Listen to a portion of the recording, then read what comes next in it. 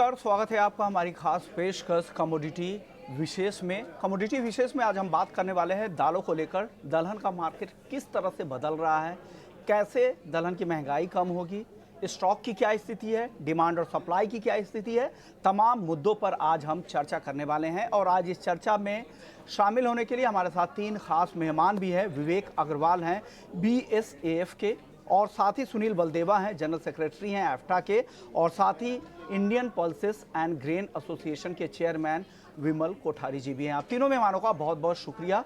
सबसे पहले विमल जी आपके पास ही आएंगे और शुरुआत करेंगे तुअर को लेकर। तुअर पर सरकार ने एक नया पोर्टल भी शुरू किया है जहां पर वो सीधे किसानों से वो अपना माल MSP पर भी खरीदेगी, या फिर मार्केट में अगर भाव ज़्यादा हुए तो मार्केट भाव के हिसाब से भी खरीदेगी, ताकि आने वाले समय में किसानों का रुझान तुअर की खेती में बढ़े और धीरे धीरे आत्मनिर्भरता की तरफ कदम बढ़ाए। लेकिन जो मौजूदा माहौल है विमल जी, वो सही नहीं है, खास करके तुअर को लेकर।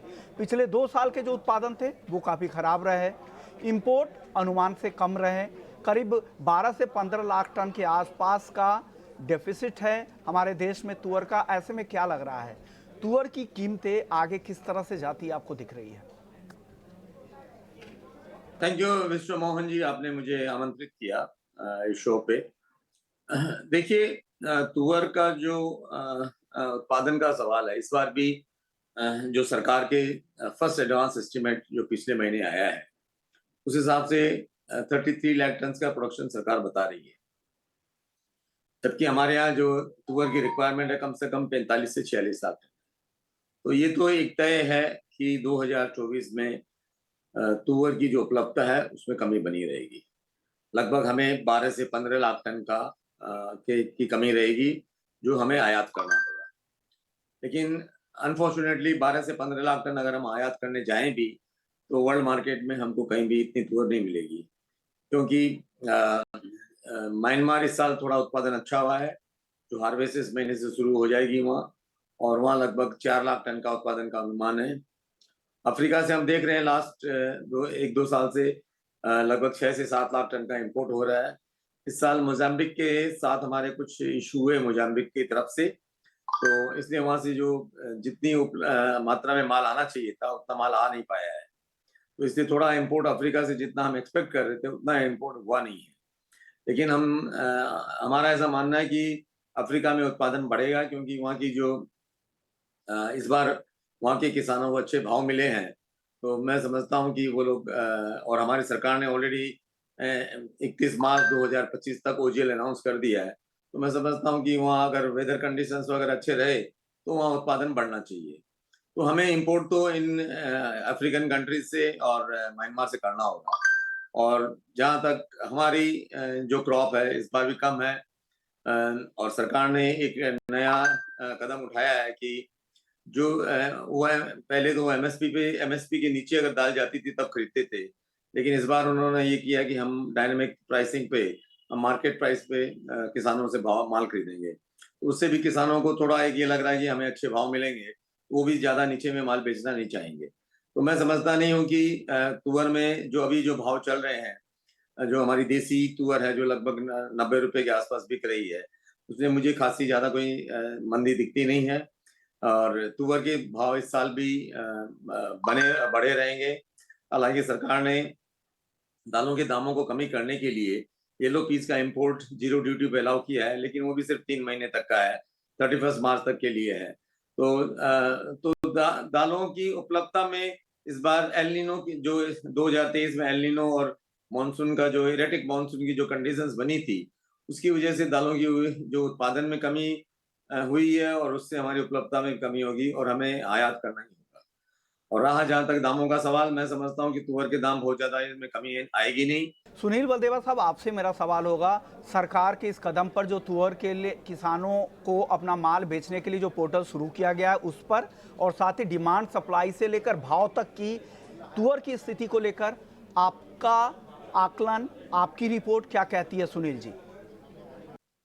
विश्वमोहन जी, पिछले साल आपने देखा होगा कि सरकार को MSP पे तुअर जो है काफी कम मात्रा में प्रोक्योरमेंट हुआ था, क्योंकि पिछले साल भी तुअर की प्रोडक्शन जो थी वो कम थी। और इस बार चूंकि हमने ये भी देखा कि इंपोर्ट करते हुए भी हमें मोजम्बिक जैसे देशों से हमें प्रॉब्लम भी आई, जिसके वजह से इंपोर्ट में भी माल उतना फ्लो में नहीं आ पाया जितनी फ्लो में आना चाहिए था। लेकिन अब नई फसल आने के बाद हमें आशा थी कि नई फसल अच्छी आएगी और उसमें जो है भाव गिरेंगे, लेकिन नई फसल भी चूंकि क्लोजिंग स्टॉक नहीं था, इंपोर्ट बहुत ज्यादा नहीं आ पाया, तो सारा प्रेशर जो है नई आवकों पे ऊपर आके गिर गया, जिसकी वजह से नई आवकों पे भी भाव गिर नहीं पा रहे हैं। और नई फसल भी जो है उतनी अच्छी नहीं हो पाई जितनी अपेक्षा थी भावों को देखते हुए। इन सब कारणों को देखते हुए सरकार ने भी इसकी जो मेन जो कठिनाइयाँ थी उसको समझा और इसके प्रोक्योरमेंट के लिए ये सोचा गया कि यहाँ के किसानों को एमएसपी नहीं बल्कि जो बाजार भाव चल रहा है उसके लिए उसी पे ही माल प्रोक्योर किया जाए बफर के लिए। और सरकार ने इसके लिए पोर्टल लॉन्च किया और पोर्टल के द्वारा किसानों को रजिस्ट्रेशन करवा के और उसके द्वारा जो है माल खरीदा जाएगा। ये एक अच्छा कदम है मेरे को लगता है, क्योंकि जब फसल नहीं हो तो हमें मार्केट रेट पे ट्रेडर को भी इंडस्ट्री को भी लेना पड़ता है और सरकार को भी लेना पड़ेगा, क्योंकि जब यदि सरकार के पास बफर रहता है तो उस जींस के भावों को कंट्रोल में रखने की एक संभावना बन जाती है, क्योंकि मिलर और ट्रेडर भी ये सोचता है कि जब मुझे जरूरत होगी मैं सरकार से खरीद लूंगा, भाव बढ़ेंगे तो उनकी भी एक जो टेंडेंसी होती है स्टॉक करने की, उस टेंडेंसी से दूर हट जाता है। समझो आज मैं मिल चला रहा हूँ, मेरे को लगेगा कि मंडी में माल नहीं आ रहा, ट्रेडर के पास माल नहीं है, मुझे माल नहीं मिलेगा, इंपोर्ट में माल आएगा नहीं आएगा क्या पता। लेकिन यदि सरकार के पास मुझे 5 लाख टन माल दिखाई देगा, तो मुझे ये लगेगा नहीं यार सरकार के पास माल है, कोई बात नहीं, जब जरूरत होगी भाव बढ़ा के मैं सरकार से ले लूंगा। तो ये बहुत अच्छी चीज होती है, सरकार के पास यदि माल होता है तो कंज्यूमर लेवल पे भी न कि अच्छी होती है, बल्कि ट्रेडर और मिलर के लिए भी एक अच्छी बात होती है। तो मैं तो इस कदम का हमेशा स्वागत करता हूँ और मैं ये भी कहता हूँ कि इंपोर्ट का माल कम से कम लेना चाहिए, जब जरूरत हो तब लेना चाहिए, क्योंकि इंपोर्ट का माल लेते हैं तो बाहर विदेश के फार्मर का फायदा होता है, देश का माल लेते हैं तो देश का फार्मर का फायदा होता है। जी विश्वमन जी।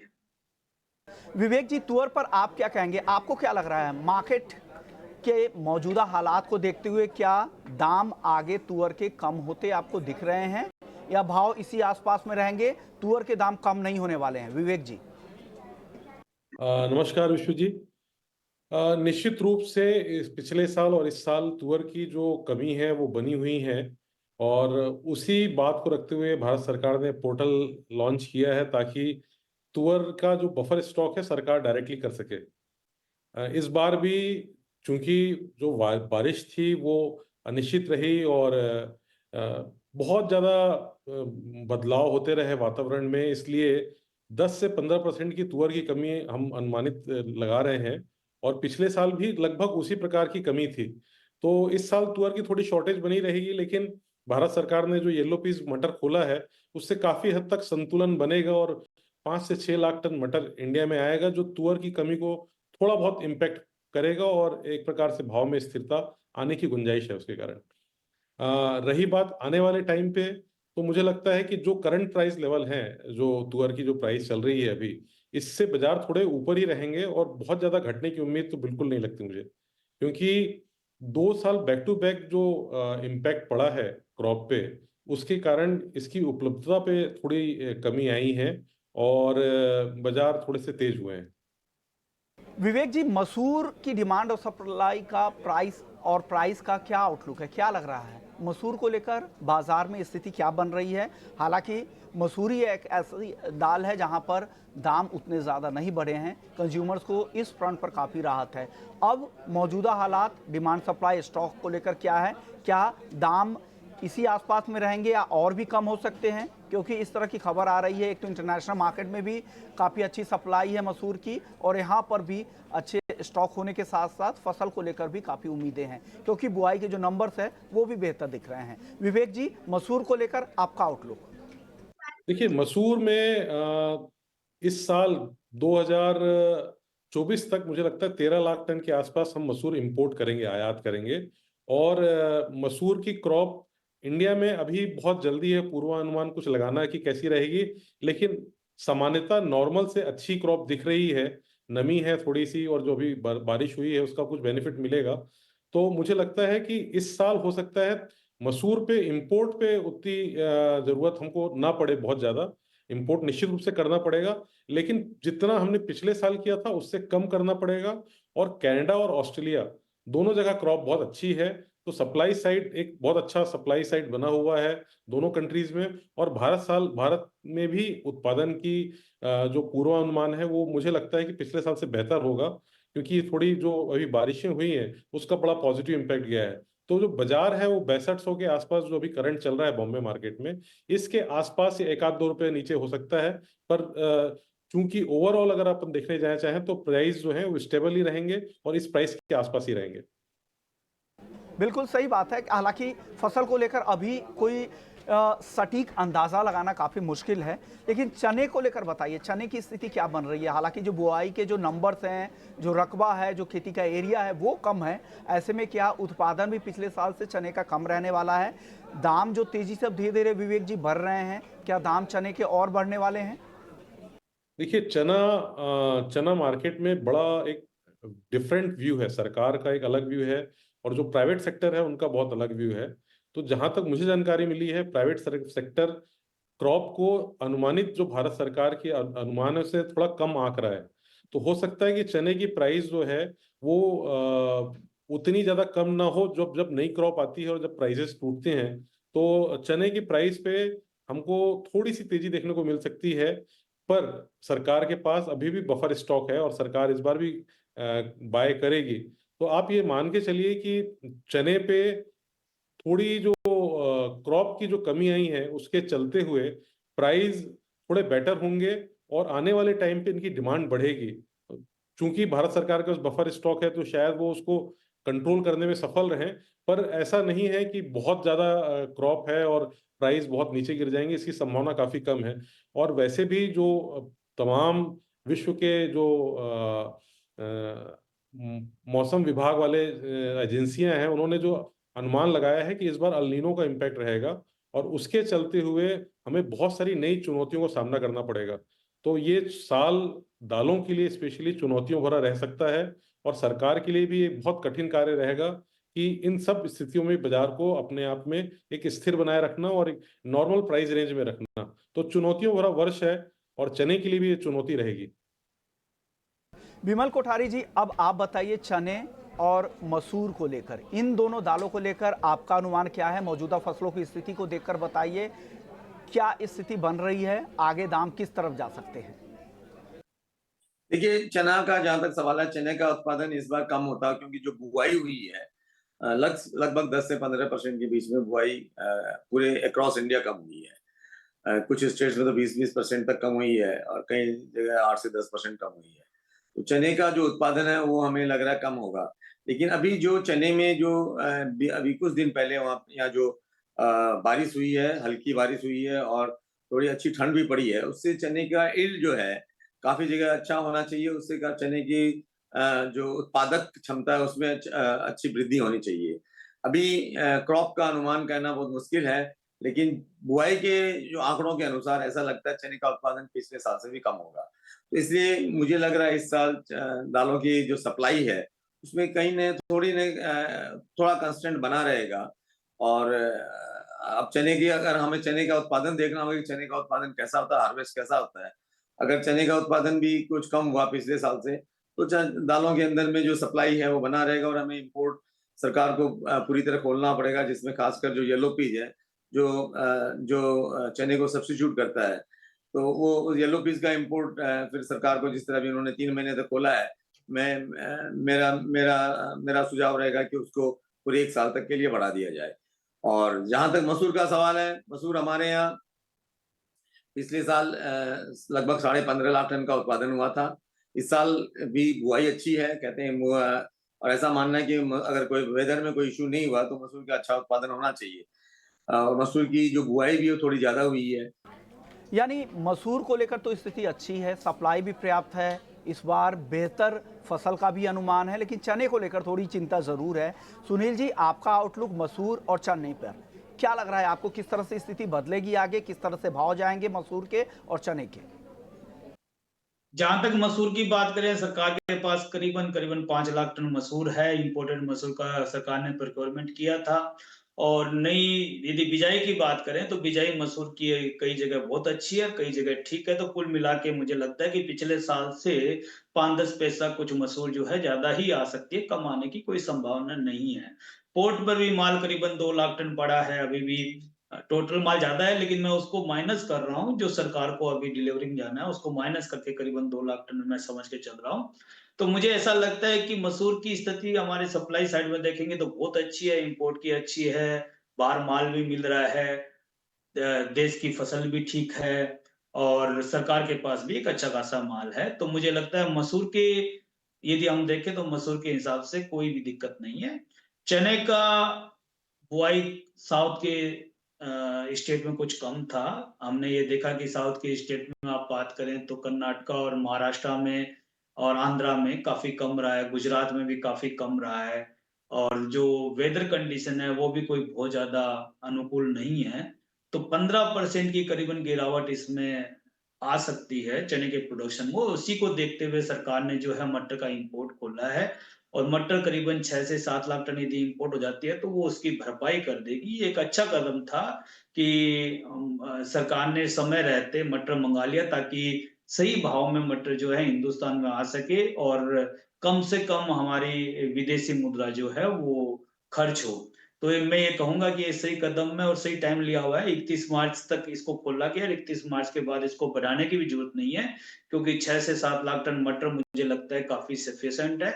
और ये न केवल मटर के बल्कि चने के भाव पे भी प्रेशर का काम करेगी।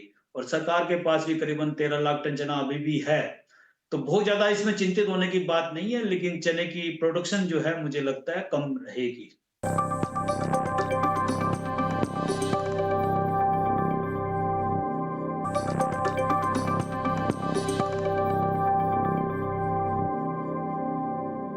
विवेक अग्रवाल साहब, अब बात मूंग और उड़द की कर लेते हैं। क्या लग रहा है, उड़द के स्टॉक तो वाकई कम है, लेकिन मूंग को लेकर ज़्यादा चिंता नहीं है, क्योंकि कई सारी फसलें मूंग की आती है देश में। अगर आप देखेंगे तो 2-2, 3-3 महीने पे कहीं ना कहीं से फसल निकल कर आ ही जाती है। मूंग और उड़द को लेकर आपका अनुमान विवेक जी क्या है? देखिए, उड़द तो इस बार थोड़ा शॉर्ट है, लेकिन जो सरकारी आंकड़े हैं वो लगभग उसी आंकड़ों को दर्शा रहे हैं जितना पिछले साल सोइंग हुई थी और उतनी ही क्रॉप आएगी। लेकिन मुझे लगता है कि जिस तरीके से बारिश का अभाव रहा और जब बारिश यही तब नहीं मिली तो थोड़ी शॉर्ट होगी। लेकिन जो अच्छी खबर है कि बर्मा में क्रॉप अच्छी हुई है, तो एक सप्लाई साइड वहां से बनी रहेगी, इसलिए प्राइस बहुत ज्यादा अब नहीं बढ़ेगी यहाँ पे, खासकर उड़द में। पर मूंग में जो बात है, मूंग एक ऐसा ऐसा क्रॉप है जो हर 3 महीने अलग अलग प्रदेशों से आता रहता है। तो मूंग की बारे में अभी भी किसी भी प्रकार की ये भविष्यवाणी करना कि मूंग की क्रॉप कैसी रहेगी, अगर 3 महीने की किसी क्रॉप खराब होती है तो नेक्स्ट 3 महीने में अच्छी आ जाती है। तो मूंग में सप्लाई साइड लगातार बनी रहने के कारण प्राइस थोड़े से ढीले ही रहेंगे, थोड़े नरम रहेंगे। और फिर एमपी की क्रॉप भी अच्छी आई थी और आने वाली क्रॉप भी अच्छी है, क्योंकि मूंग में हम लोग देखते हैं कि अलग अलग प्रदेशों से डिफरेंट डिफरेंट टाइम पे क्रॉप आती है, जिसके कारण उसका थोड़ा सा अनुमान लगाना कठिन होता है। मूंग और उड़द पर आप क्या कहेंगे सुनील बलदेवा साहब? क्या लग रहा है आपको, किस तरह की चाल दिख रही है मूंग और उड़द की कीमतों को आगे किस तरफ जाते आप देख रहे हैं? क्या तुअर के दाम का प्रेशर यहाँ पर बनेगा और यहाँ पर भी उस तरह की तेजी आएगी? क्या लग रहा है इन दोनों दालों पर आपका व्यू क्या है, क्या आउटलुक है? उड़द का स्टॉक सरकार के पास भी कम है, लेकिन यदि प्राइवेट हाथों की बात करें तो प्राइवेट हाथों में, जैसा मैंने कहा, जो स्टॉक सरकार के पास होता है वो प्राइवेट हैंड में नहीं होता, क्योंकि प्राइवेट हैंड को इंश्योरेंस मिल जाती है कि हमें माल मिल जाएगा। यदि सरकार के पास नहीं होता तो वो प्राइवेट ट्रेडर हो चाहे प्राइवेट मिलर हो, वो माल को रखता है ताकि जरूरत पड़ने पर सप्लाई किया जा सके। तो उड़द का सप्लाई जो है वो बहुत ज्यादा चिंताजनक इसलिए नहीं है कि फरवरी में म्यांमार की फसल आ जाती है, फरवरी में हमारी भी एक छोटी फसल आती है तेनाली की, तो उधर की फसल भी आ जाती है। तो कुल मिला के कई फसलों के चलते और बाहर की सप्लाई के चलते और यहाँ की स्टॉक की पोजीशन देखते हुए उड़द में हम ठीक ठाक पोजीशन पे हैं। जहां तक आपने मूंग में बात करी, मूंग मैं यदि सरकारी आंकड़ों की बात करूं तो 1 लाख टन से ऊपर मूंग जो है मार्कफेड एमपी के पास है और नाफेड के पास 1,70,000 टन 2022 का माल पड़ा है। 2023 का माल 2,75 वो है जैसे जैसे पड़ा है, तो करीबन 5.5 लाख टन मूंग का स्टॉक जो है वो सरकार के पास है। दोबारा जो है मार्च ऑनवर्ड मूंग की अराइवल एमपी में हो जाएगी, जून में यूपी में और बिहार में जून जुलाई में चालू हो जाएगी। तो ये मूंग एक ऐसी जिन्स है जिसकी साल भर में 5 बार फसल आती है। तो मूंग के भाव जो हैं वो 1-2 महीनों के लिए बढ़ते घटते हैं, उसके बाद नई फसल के ऊपर चलते हैं। तो मुझे लगता है कि मूंग और मैं तो बिल्कुल ही सोचने की बात नहीं है, क्योंकि हमारे पास एक अच्छा खासा स्टॉक सरकार के पास, और आने वाली फसल पे भी हम काफी इसको भाव को कंट्रोल कर सकते हैं। तो मुझे जहां तक मैं अब सारी बात करूं दालों की, सारी बास्केट की बात करूं, तो मुझे किसी भी बास्केट में बहुत ज्यादा तेजी नहीं लगती। तुअर में मैंने पहले ही बोला था, सरकार यदि खरीदने जाती है तो 100 टन की तेजी आती है, जो हमने देखा भी है कि पिछले दिनों में तुअर में जो ही अनाउंसमेंट हुआ तेजी आई। लेकिन जो ही सरकार के पास 1-2 लाख टन माल आ जाएगा, ये भाव में वापस प्रेशर बनने लग जाएगा और भाव नीचे आने लगेंगे। विमल कोठारी जी, आप बताइए, आपको क्या लग रहा है ये मूंग को लेकर और उड़द को लेकर किस तरह की चाल दिख रही है? पहले उड़द पे बताइए, फिर मूंग पर बताइए। देखिए, उड़द की भी कमी है और इसीलिए इस बार जब हमारे यहाँ हार्वेस्ट हुआ था, उसके बाद उड़द के दाम बढ़ने लगे। लेकिन एक अच्छी बात यह है कि म्यांमार में अच्छी क्रॉप है और ऐसा अनुमान है कि वहाँ का जो कैरी ओवर स्टॉक लेके फरवरी में वहाँ पे नई क्रॉप का वहाँ पे हार्वेस्ट हो जाएगा। तो वहाँ लगभग 7 से 8 लाख टन का उत्पादन का अनुमान है।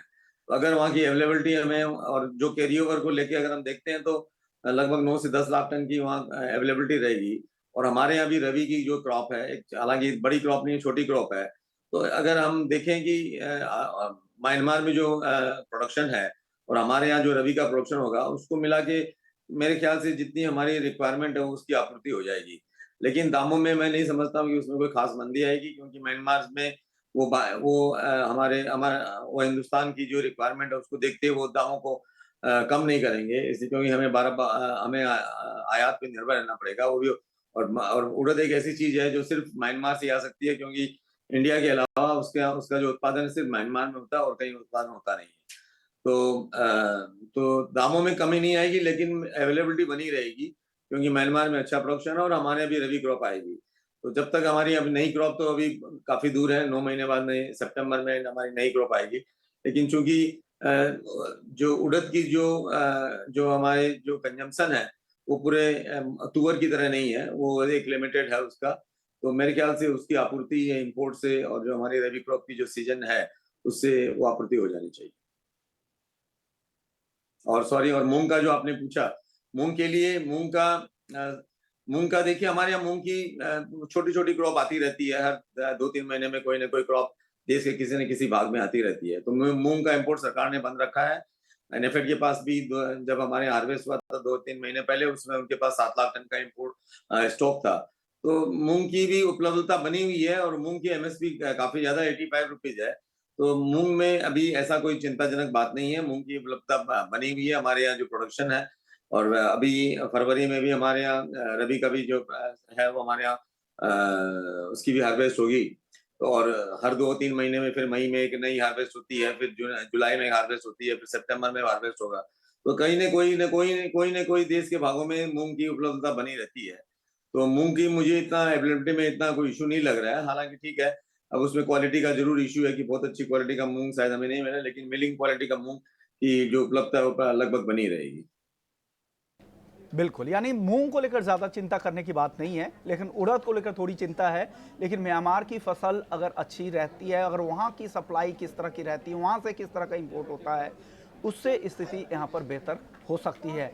हालांकि सबसे अच्छी बात यहाँ पर मूंग को लेकर, मसूर को लेकर निकल के आ रही है कि उसकी सप्लाई पर्याप्त है और दाम भी रिटेल मार्केट में बाकी दालों के मुकाबले काफ़ी कम है। लेकिन चलिए, एक और सवाल विवेक जी आपसे होगा। साउथ एशिया में एक बड़ा इवेंट भी आप कर रहे हैं पल्सेस को लेकर, क्या लग रहा है उससे इंडस्ट्री को और यहाँ के जितने भी वैल्यू चेन से जुड़े लोग हैं, दलहन मार्केट के लोग हैं, उससे उनको कितना फायदा होगा इस समिट से? देखिए, आपने बहुत अच्छा किया सवाल पूछा और मैं आपको ये बताना चाहूंगा कि जो साउथ एशिया एग्री समिट है उस पे विश्व के कम से कम 20 देशों के जो पल्सेस के व्यापारी हैं, जो अधिकारीगण हैं और जो सरकार में रह के पल्सेस के बारे में निर्णय लेते हैं, वो शामिल होंगे। और पूरे विश्व में जहां जहां से हम इंपोर्ट करते हैं वो कंट्रीज और जहां जहां पे जो बायर कंट्रीज हैं वो सब मिलेंगे वहां पे, और उसके बारे में एक अच्छी चर्चा होगी। हमको ये उम्मीद है कि जो एक मंथन होगा कि किस प्रकार की क्रॉप एक्सपेक्टेड है वर्ल्ड वाइड, और जो हमारे कंजम्पशन वाली कंट्रीज हैं जिसमें खासकर एशिया, इंडिया, बांग्लादेश, नेपाल और यहाँ की जितनी साउथ ईस्ट श्रीलंका, ये जो कंट्रीज हैं इनका कंजम्पशन कैसा रहेगा आने वाले टाइम पे, कहाँ पे हम ऐसा देखते हैं कि कुछ चीज़ों की कमी होगी। और उस पर यह भी चर्चा होगी कि क्या हम नई कंट्रीज में तुअर का उत्पादन कर सकते हैं, कहाँ पे हम ब्राजील में या अर्जेंटीना में क्या हम तुअर या उड़द उगा सकते हैं। तो इन सभी बातों पे खुल के चर्चा होगी और नई संभावनाओं की तलाश होगी कि कैसे हम एक साउथ एशिया को समृद्ध बनाएं पल्सेस के सप्लाई के रूप में, कहाँ पे हम किसी चीज की कमी देख रहे हैं उसको किस तरीके से हम पूरा कर सकें। तो बड़े बड़े दिग्गज और सरकारी अधिकारी और जो पल्सेस से निर्णय लेने वाले लोग हैं वो इसमें शामिल हो रहे हैं। तो मुझे पूरी उम्मीद है कि बहुत अच्छा मंथन होगा और जो भी इस इंडस्ट्री से जुड़े हुए हैं उनको जरूर शामिल होना चाहिए। तो एक अच्छा अवसर है सबके लिए, एक 20 कंट्री के प्रतिनिधित्व एक ही जगह पे आपको मिल जाएंगे। ओके, बिल्कुल, वाकई इस समिट से आपको जो दुनिया भर में जो पोटेंशियल मौजूद होते हैं दलहन मार्केट को लेकर वो आपको पता चलता है। घरेलू बाजार को कैसे आपको बदलना है, घरेलू बाजार के कारोबारियों के लिए, किसानों के लिए क्या तैयारी करनी है, तो इन इवेंट से ये आपको पता लग पाता है, फिर आप उस हिसाब से तैयारी करते हैं। शुक्रिया विवेक जी आपका, सुनील बलदेवा साहब आपका, विमल कोठारी जी आपका, आप लोग आए और हमारे शो कमोडिटी विशेष को और भी विशेष बना दिया। तो इस खास पेशकश में फिलहाल इतना ही, लेकिन बाकी खबरों के लिए आप बने रहिए ET नाउ स्वदेश के साथ।